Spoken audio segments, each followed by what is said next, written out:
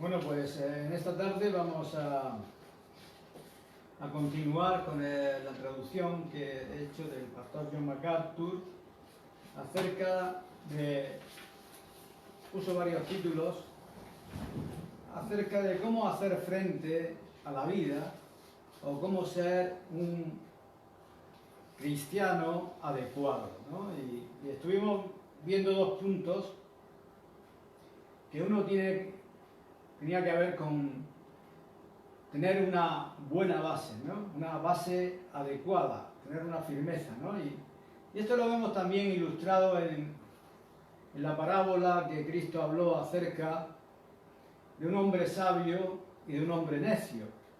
El hombre necio dice que puso su fundamento, o sea, puso su sentido de la vida, puso el significado de la vida de una manera superficial.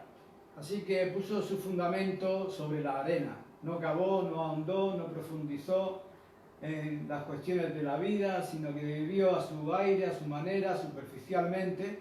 Y entonces cuando vinieron, dice la parábola que vino el viento sopló, ¿no? Y el río vino con ímpetu, hubo una inundación, hubo una tempestad, hubieron vientos. Y dice las Escrituras que la casa cayó y grande fue su ruina. Y hay muchas personas que, como vimos, no ponen esa base, esa firmeza en sus vidas. Y por esa razón, cuando vienen situaciones difíciles, pues las personas caen, las personas se divorcian, las personas se separan, las personas se enferman, las personas le entran a ataques de pánico y entran tantas cosas, temores, miedos, y las personas encuentran una ruina en sus vidas porque no han puesto ese fundamento que el hombre sabio sí supo poner. Dice que él cavó y ahondó y puso su fundamento sobre la roca. La roca es Cristo. Puso su base, su vida, el sentido de la vida sobre Cristo. Y cuando vino el viento, cuando vino la tempestad, se mantuvo firme y no cayó, porque su vida estaba fundamentada en Dios, estaba fundamentada en Cristo. Y este es pues el primer punto que hablamos acerca de tener una base adecuada. Y la base es Cristo. Para las personas que no conozcan a Dios, sus vidas están expuestas a la ruina, a menos de que pongan su fundamento sobre la roca. Y luego vimos que el segundo punto que hice era acerca del amor, ¿no? Acerca del amor, de tener un amor adecuado, ¿no? Porque hoy en día vemos como a través también de esta pandemia, como tantas personas se han divorciado. ¿Por qué? Porque no tenían un amor adecuado, ¿no? Los griegos, que fueron muy sabios, pues definieron el amor magistralmente, ¿no? Ellos hablaron acerca del amor y lo definieron como el amor filios, para referirse al amor que existe entre los familiares, los miembros de una familia, entre el padre al hijo, la hija con la madre. Ese tipo de amor, ellos lo definieron como el amor filios. Y luego pues está el amor eros, ¿no? Que es el erotismo, ¿no? El amor que siente un hombre por una mujer o viceversa. El amor eros, ¿no? Pero hay un amor que es el amor adecuado, que es el amor de Dios, que hemos estado cantando en esta tarde, que es el que viene porque Dios lo derrama por medio de su Espíritu Santo a aquellas personas que creen en Él.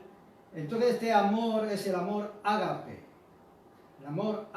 el amor de Dios. Y estaba pensando ya ahí que es muy, ¿cómo decirlo?, curioso, ¿no?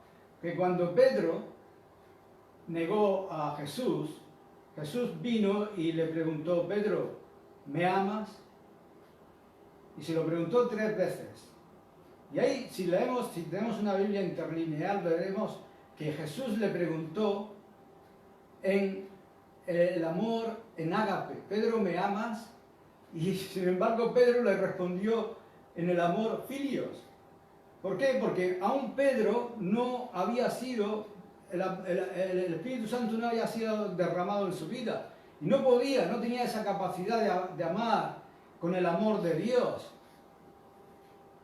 Y por esa razón, en la tercera vez que le preguntó Jesús a Pedro, le preguntó: Pedro, ¿me amas? Y ahí Jesús ya utilizó filios. Y entonces Pedro: tú sabes que te amo, tú sabes que te aprecio, tú sabes que te quiero. Y es eso, ¿no? Que el amor de Dios es algo fundamental. Si no tenemos el amor de Dios en nuestras vidas, pues no vamos a poder tampoco hacer frente a la vida. Y hay una definición que muchas veces se utilizan en las bodas, eligen los novios, este pasaje de la Biblia en 1 Corintios 13, que hace una definición del amor de Dios, que es muy, muy, muy hermoso, ¿no? Porque él dice aquí que el amor es sufrido, el amor de Dios. El amor erótico no sufre tanto. Hay un encantamiento ahí, cuando se acaba quizás ya no se soportan más y no se sufren más, pero el amor de Dios es sufrido, es benigno, el amor no tiene envidia, el amor no es jactancioso, no se envanece, no hace nada indebido, no busca lo suyo, no se irrita, no guarda rencor, no se goza de la injusticia, mas se goza de la verdad. Todo lo sufre, todo lo cree, todo lo espera y todo lo soporta. Y el amor nunca deja de ser. Aleluya. Y esto que es importante es tener estos 2 puntos bien fundamentados en nuestras vidas, porque podemos hacer frente a la vida si tenemos esta base firme en nosotros y este amor de Dios en nuestras vidas. Y muchas veces pues eso, apagamos el amor de Dios y nos damos cuenta cuán miserables y cuán feos y horribles somos sin el amor de Dios. Y por esa razón debemos tener siempre una constante comunión con Dios, por medio de su Hijo Jesucristo, para que ese amor venga y pueda renovarnos continuamente. Aleluya. Así que ya hemos hablado de los 2 puntos, y la tercera cosa con la que podemos enfrentar adecuadamente a la vida es con un gozo adecuado. Aleluya. ¿Sabéis que las personas felices son personas sanas? Y las personas felices son personas que realmente saben vivir la vida. Hubo un ateo llamado Voltaire, ¿era Voltaire? No sé si, y él dijo esto: los hombres son átomos atormentados en un poco de lodo, devorado por la muerte. Son una burla del destino. Este mundo, este teatro de orgullo y maldad, enjambre de tontos enfermos que solo hablan de felicidad. Y esa es una perspectiva bastante pesimista, ¿no? De este filósofo. ¿Y sabes qué? Pues él tenía razón. Nos golpeó con esa realidad en nuestra misma cara.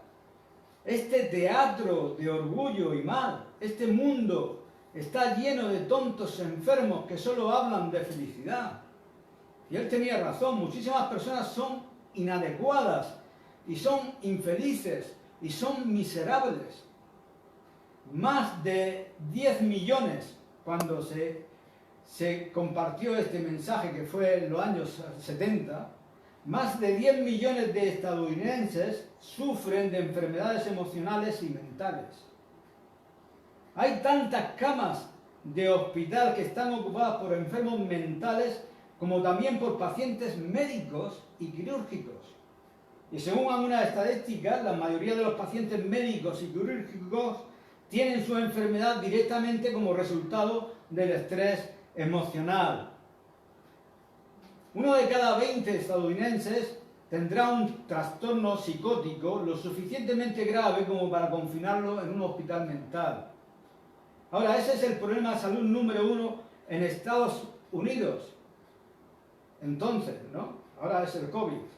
Y lo curioso es que esta es la tierra donde tenemos todo lo que necesitamos para hacernos felices. Ellos tienen el sueño americano, ¿no? Pero, ¿tienen el gozo adecuado? Esa es la cuestión. Mira el versículo 4 de Filipenses, donde estábamos en el capítulo 4, donde dice, regocijaos en el Señor siempre. Y alguien puede decir, eso es imposible, eso es imposible. No, no es imposible. Regocijaos en el Señor siempre, y otra vez os digo que regocijaos. Eso lo dice Pablo por si no lo entendieron la primera vez. De nuevo os digo, regocijaos. Dice, bueno, yo no tengo nada en qué realmente regocijarme. Pablo, para ti es fácil decir eso porque tú no tienes los problemas que yo tengo. ¿Qué? Yo no estoy hablando de problemas, diría Pablo. Yo estoy hablando de regocijarse. ¿En qué? ¿Cuáles son las siguientes tres palabras? En el Señor. Regocijarse en el Señor. Él podría decir, yo tampoco me regocijo en mis problemas. Tengo dolor y tristeza continuamente en mi corazón por mi pueblo Israel. Lloro mucho. Estoy harto de mi enfermedad física. Me gustaría que Dios me la quitara, pero 3 veces me ha dicho el Señor que no lo va a hacer. Y honestamente no puedo decir que me encanta, que me den una paliza todo el tiempo por donde quiera que vaya predicando el Evangelio. Quiero decir, desde un punto de vista físico no es realmente muy divertido, pero me regocijo en el Señor. ¿Entendido? Siempre me regocijo en el Señor. Y en mis circunstancias no siempre puedo regocijarme. Pero en el Señor sí puedo. Aleluya.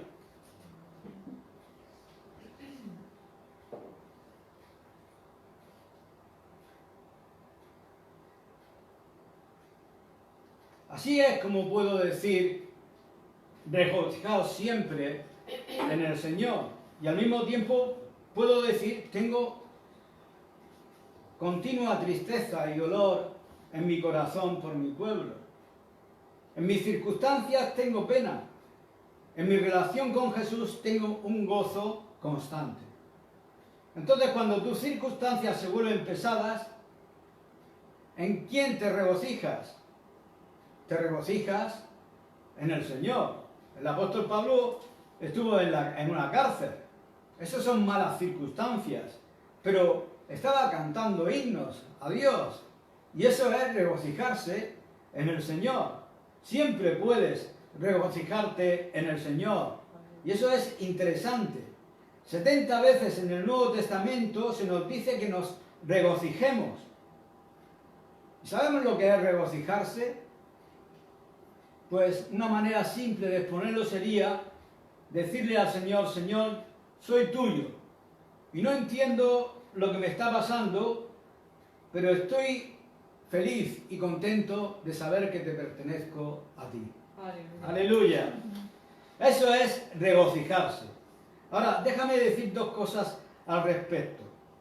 Este tipo de gozo cristiano tiene 2 cualidades. Una es incesante. ¿Por qué? Porque es siempre, regocijaos siempre, siempre, siempre.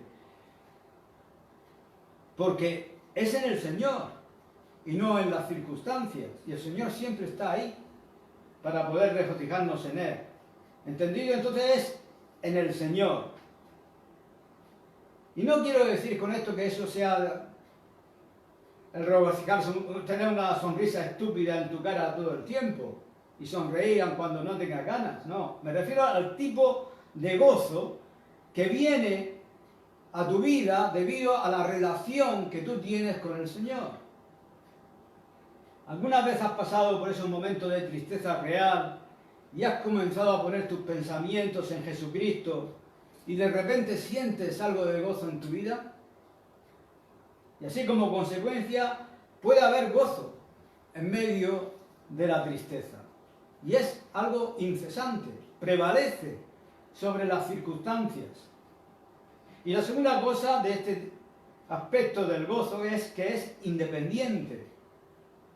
No es gozo por tener eso, sino es gozo a pesar de eso, a pesar de no tenerlo. Es alabar al Señor en todas circunstancias, sean las circunstancias favorables o las circunstancias adversas. Las circunstancias son irrelevantes. Entonces, el ser adecuado como creyente implica tener un gozo adecuado, así como tener un amor adecuado, así como tener una base adecuada. Ahora, vamos al cuarto punto. Y esto es también algo muy bueno. Y es tener una dulzura adecuada. Una dulzura adecuada. Se encuentra en el versículo 5, donde dice: vuestra gentileza sea conocida de todos los hombres. ¿Sabes? Hay algunas personas que simplemente van por el mundo embistiendo como un toro encerrado en una tienda de porcelana. Y no es de extrañar que esas personas tengan úlceras, no es de extrañar que siempre tengan molestias, no es de extrañar que tengan colitis, solo estallan y van dejando una estela de gente esparcida a su alrededor a medida que avanzan. No entienden cómo adaptarse a las personas y ser amables, amorosos y tiernos. Y sabes, esa es una cualidad tan rica. Uno de los frutos del Espíritu es la benignidad, ¿no? Benignidad, bondad, fe, mansedumbre, templanza, etc.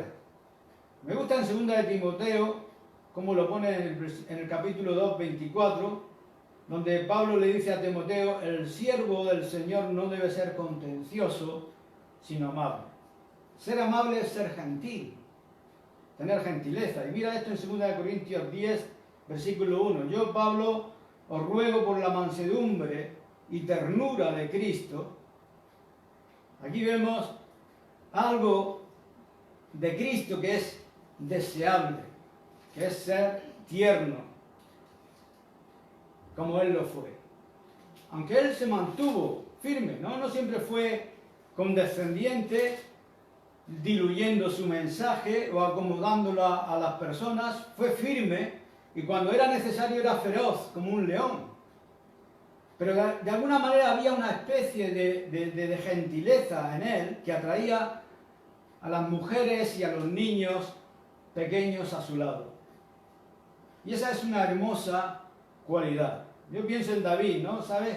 Que David fue también un gran guerrero, un hombre de guerra, que mató a Goliat. Y habíase dicho que Saúl mató a sus miles y David a sus 10.000. Era un gran guerrero. Y sin embargo, fue David quien pudo sentarse con un arpa en su mano y calmar al atormentado e inquieto Saúl. Sí, había algo gentil en David, como también había algo vigoroso, audaz y valiente en él. Y creo que este es el tipo de cosas de las que se habla aquí, que es necesario expresar en la vida de un cristiano una gentileza, una amabilidad. Ahora, esto está ilustrado por Pablo, al igual que todas las demás cosas. En 1 Tesalonicenses, capítulo 2, me encanta esto. Cuando Pablo fue a Tesalónica con el Evangelio, fue con una actitud muy segura. Y él explica cuál era esa actitud. Dice: porque nuestra exhortación no procedió de error, ni de impureza, ni fue por engaño. No, en otras palabras, no estábamos tratando de engañaros por medio de cualquier doctrina falsa, sino que según fuimos aprobados por Dios para que se nos confiase el Evangelio, así hablamos, no como para agradar a los hombres, sino a Dios que prueba nuestros corazones. Porque nunca usamos de palabras lisonjeras, como sabéis, ni encubrimos avaricia. Dios es testigo. No lo hicimos por dinero. Mira esto en el versículo 7, lo que dice: antes fuimos tiernos entre vosotros como la nodriza que cuida con ternura a sus propios hijos. Fuimos tiernos, como una nodriza, como una madre lactante, que es eso lo que significa. Ahora, no hay nada más tierno en términos de expresar relaciones que la relación que esa madre lactante tiene con ese pequeño bebé. Y esa es una imagen tan tierna. Y Pablo dice, así es como nosotros fuimos con vosotros. Y eso es algo, hermanos, algo admirable, ¿no? Pablo tenía una gran ternura en su corazón. Y hay una vieja canción que dice, prueba con un poco de ternura. Y eso es bueno, en lugar de chocar en cada situación. En lugar de afirmarte siempre, prueba con un poco de amabilidad. Y nosotros realmente necesitamos que se nos recuerde esto más a menudo. Aprender a tratar a todos como una nodriza, como una madre lactante trata a esa pequeña y preciosa vida que tiene en sus brazos. Eso es ternura. Pablo tenía el coraje también de un león. Luchó violentamente con uñas y dientes contra el pecado, pero era como un cordero cuando se trataba de ser amables. Y sabes que este es el tipo de personas que son personas sanas. Porque estos son el tipo de personas cuya furia no está descontrolada, sino que es en respuesta a algo que es malo y que está mal. Y en ese momento tienes derecho a mostrar algo de furia. ¿Lo ves? Pero en sus corazones hay ternura.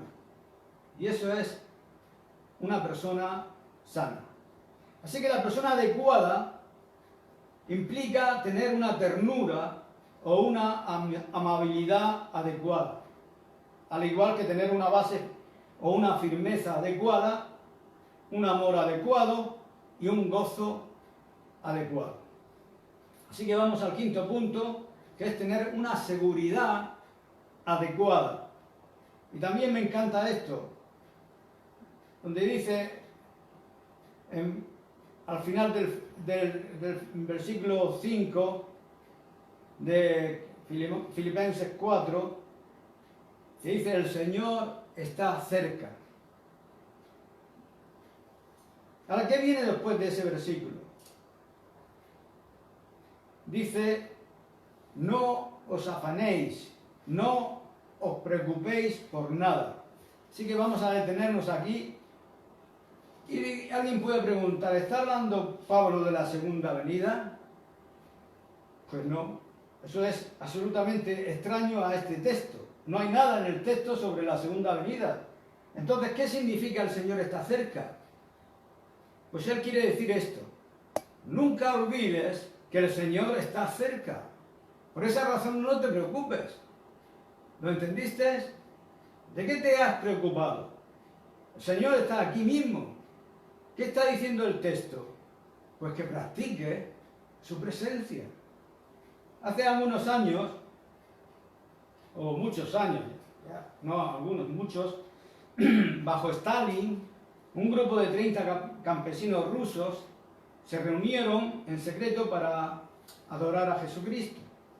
Y de repente su culto fue interrumpido por la llegada de agentes de Stalin. Los soldados entraron y ordenaron que se les dieran los nombres de cada persona. Y uno de los hombres se acercó y comenzó a tomar y apuntar los nombres, hasta que terminó.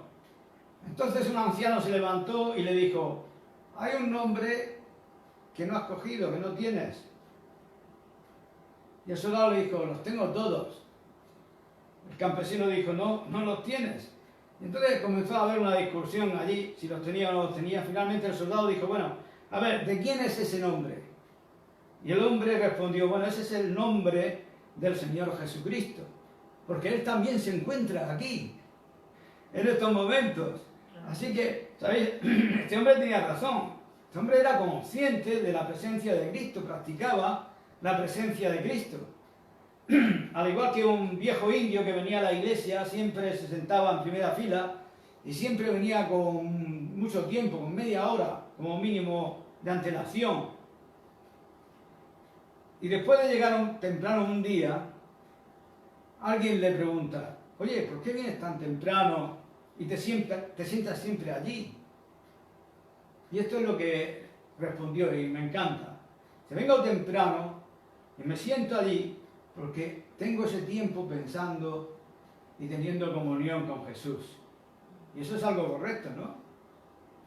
Se ocupaba de tener la presencia de Jesucristo en su vida y eso se convirtió en su seguridad. Y esa es la seguridad de todos. Yo me encuentro tan seguro cuando descanso en la presencia de Jesucristo. Hubo un hombre llamado Paul Rees que contó la historia de un hombre que su barco fue torpedeado durante la Segunda Guerra Mundial y finalmente el barco se hundió. Y la gente estaba en una pequeña balsa salvavidas y vino un carguero alemán y los recogió, ¿no? Claro, todos fueron encerrados en una gran área de retención que estaba sucia y que era algo terrible. Y todos temían por sus vidas. Y la tensión en sus nervios era tan terrible que uno de los hombres que estaba en esa situación relató su testimonio con estas palabras. Entonces comencé a poner mi mente, mi corazón en el Señor y a comunicarme con Él. Y al principio yo no podía dormir de la tensión, pero luego el Señor me recordó el Salmo 121, donde dice, mi socorro viene del Señor que hizo el cielo y la tierra. Y sigue diciendo, el que te cuida no se adormecerá, he aquí no se adormecerá ni qué, ni dormirá. Así que le dije al Señor, Señor, no sirve de nada que ambos estemos despiertos. Si vas a vigilar, te agradeceré que pueda reconciliar el sueño. Y así ese hombre pudo dormir profundamente. Puso su seguridad en Cristo. Y eso es seguridad adecuada. ¿A quién tienes que temer? El Señor está aquí. Las seguridades que el hombre se hace en este mundo no son más que torres de papel. El dinero, la fama, los amigos, las bombas, los ejércitos, las medicinas, los hospitales, son solo pequeños recursos para posponer lo inevitable. Pero tenemos una seguridad real, que es la presencia de Jesucristo. Y Dios promete ser un amigo cercano. Por eso debemos practicar su presencia. Vivir una vida consciente de Cristo. Y tú dices, a mí me gustaría vivir de esa manera. ¿Cómo? ¿Cómo puedes tener constantemente a Cristo en tu mente? Pues practicando la presencia de Cristo. Es tener saturada de sus pensamientos tu mente. Y solamente hay una forma de hacer eso, y es estudiando la palabra de Dios. Mientras más estudias la palabra de Dios, más pensamientos de Dios están en tu mente. Mientras más pensamientos de Dios estén en tu mente, más presencia de Cristo habrá en tu mente.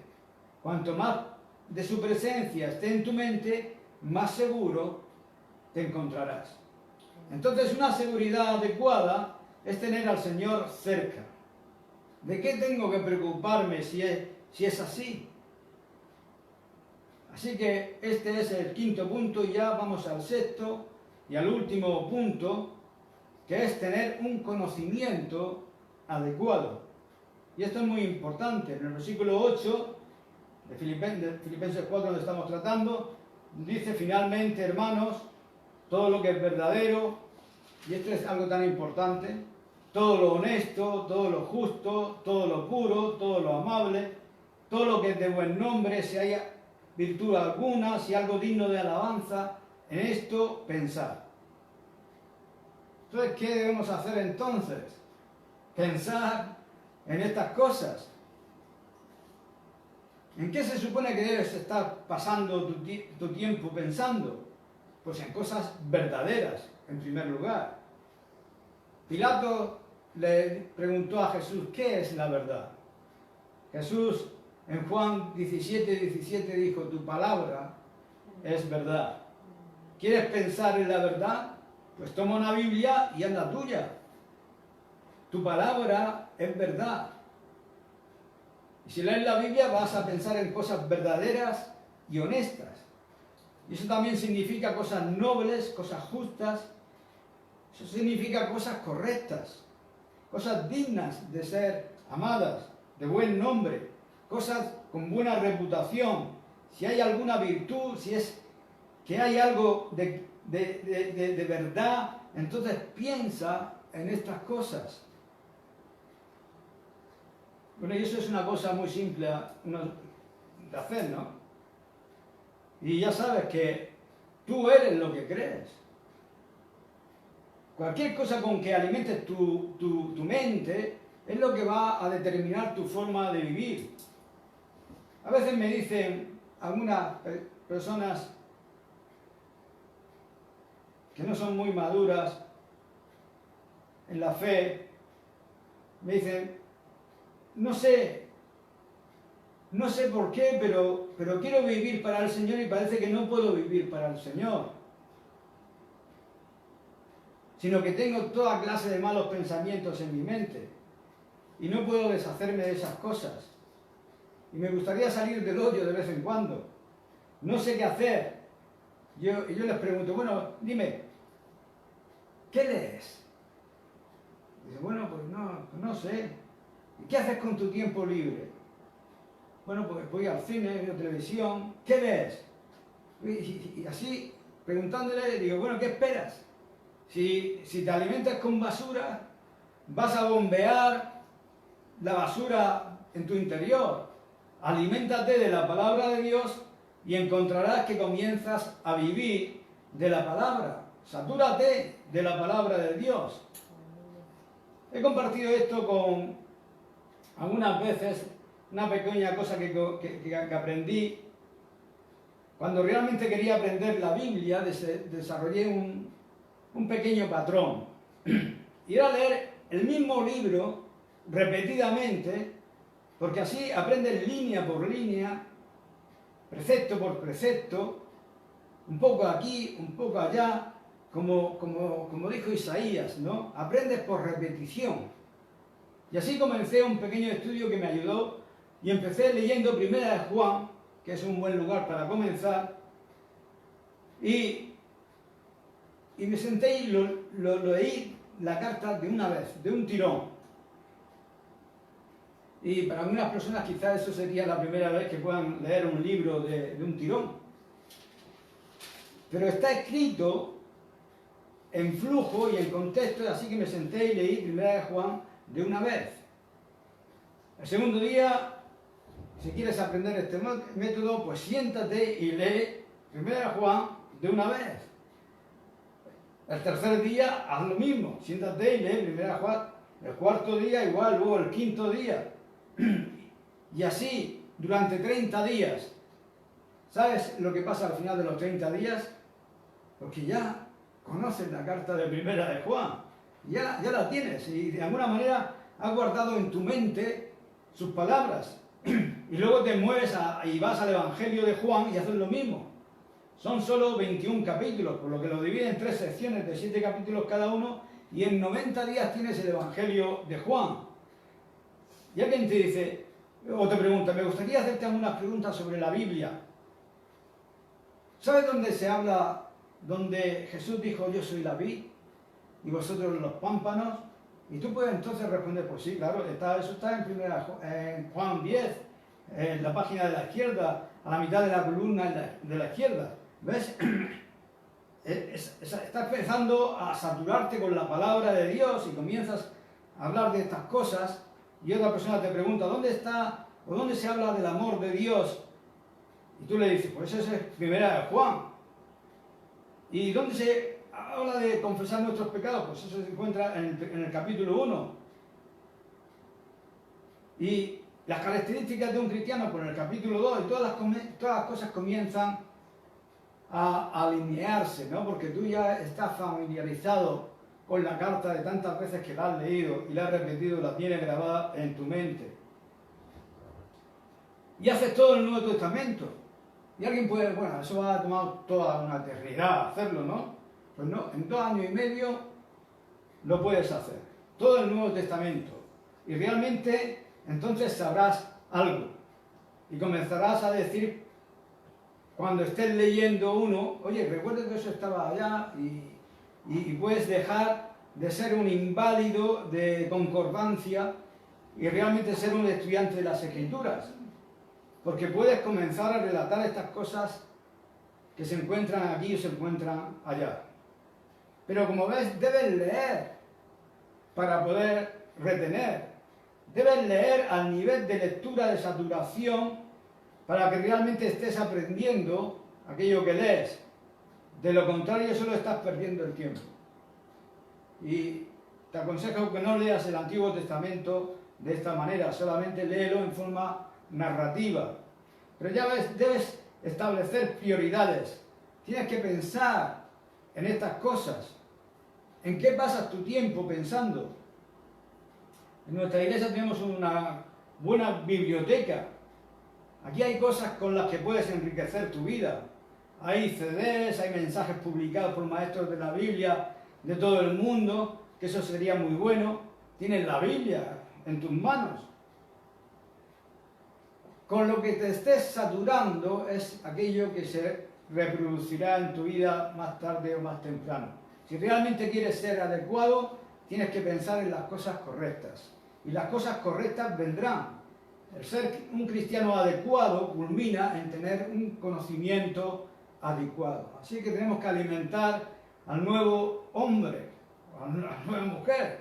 Y luego me gusta esto, ¿no? Hace un pequeño contraste ya para terminar el versículo 7, donde dice, y la paz de Dios, que sobrepasa todo entendimiento, guardará vuestros corazones y vuestros pensamientos en Cristo Jesús.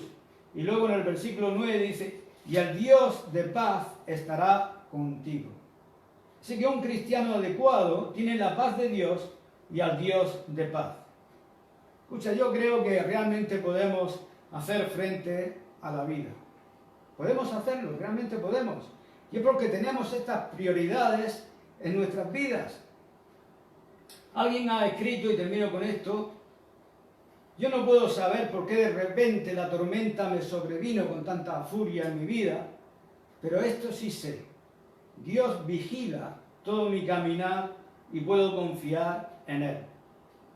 No puedo apartar el velo místico que esconde el futuro desconocido de mi vista, pero puedo confiar en Él. No tengo poder para mirar a través de la marea, para ver dónde está la tierra más allá del río, pero esto sí sé. Seré de Dios para siempre y por eso siempre confiaré en Él. Amén. Amén. Aleluya.